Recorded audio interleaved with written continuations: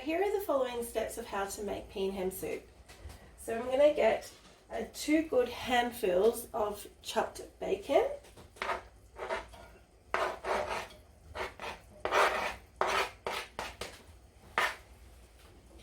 And you want to cook this so that it releases its oils, natural oils from the bacon, and we'll use that oil to cook the onion. So this will probably take about 2 to 4 minutes to cook. Growing up, I remember my mum just chopping her onions and putting her ham hock into the pot and just covered it with boiling water and adding her split peas. And she would put green split peas into her pea and ham soup. Over the years, I have begun to like yellow split peas in my soup. It just adds that extra sweetness to the soup.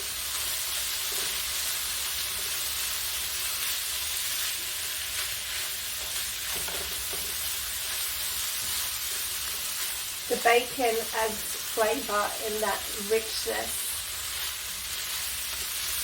This is the ultimate comfort food on a rainy day, or if you're down with the flu.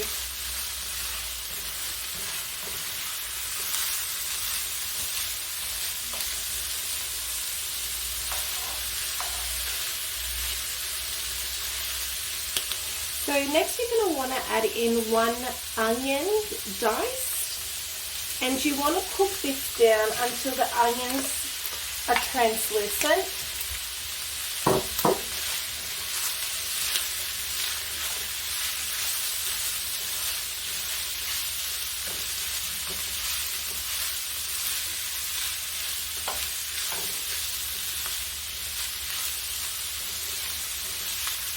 In my version of pea and ham soup, I've replaced normal water with chicken stock. So you want enough chicken stock to cover the ham hock.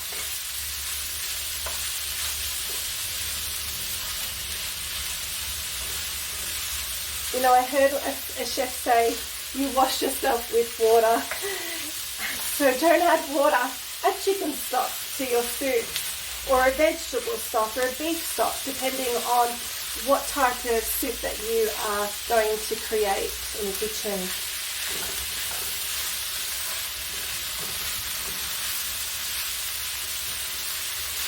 So the onion should take probably another 2 to 3 minutes, and I'll see you back here when it's done for the next step.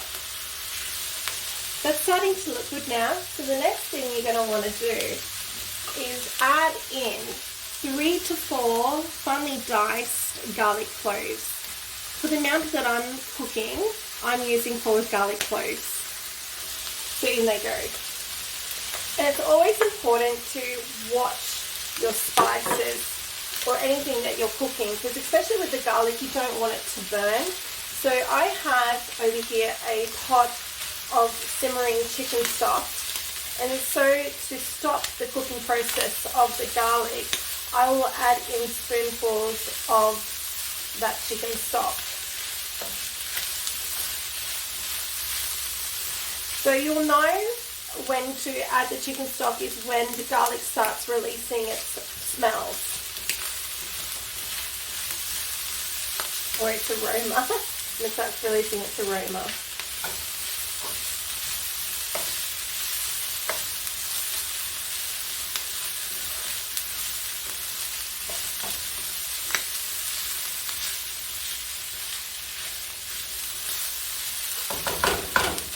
I'll grab a ladle.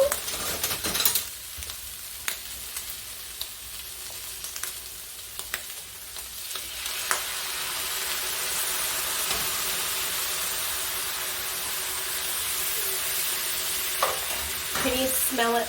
It smells delicious. I can't wait.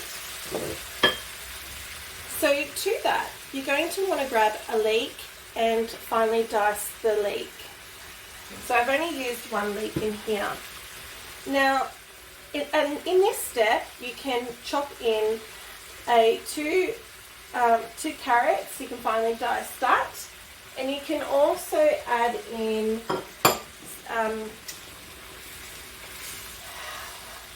celery. Sorry, my mind just did there. You can also add in some celery.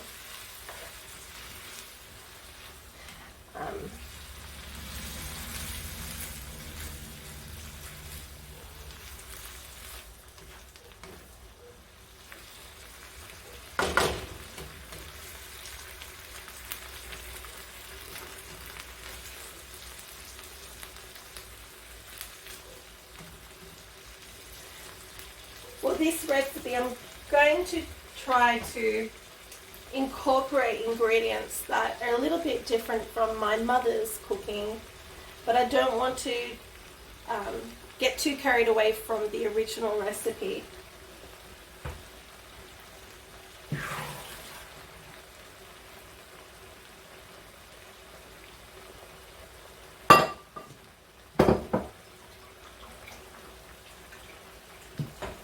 So I'm just draining out the water from the yellow split peas.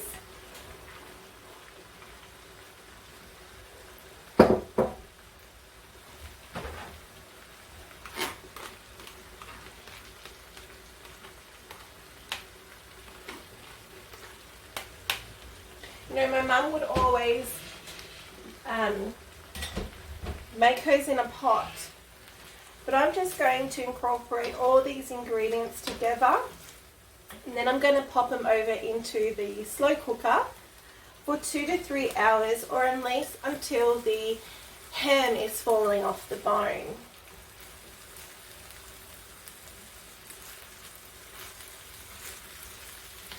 So I'll see you in a minute.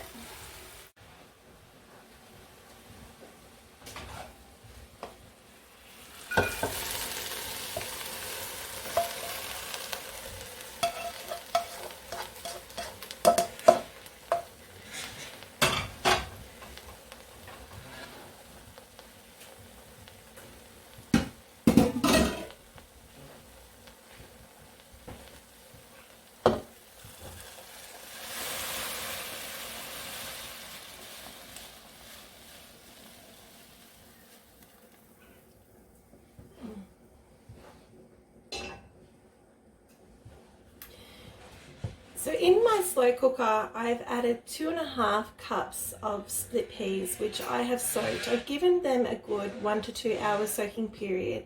And you can soak your split peas and leave them in the fridge overnight soaking and then drain them so you can create this soup. The reason why it's good to soak your split peas is because it allows the pea itself to bloom, to open up and become a little bit more voluptuous. So I'm going to go and grab my ham hock and my bacon bones. So this ham hock is over 1 kilo in weight, and it is a smoked ham hock, and what you see there white is actually the salt. So in this goes.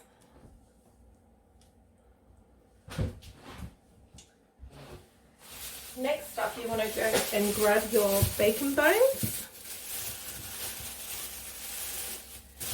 I don't have too many. My child doesn't mind pulling out some of the bones in the soup, but if you're wanting a soup that doesn't consist of any bones, you're more than welcome to not put this in, because the ham hock itself will add the flavour, and if you want a little bit more salt near the end of the cooking process, you can add that into your liking. So in they go.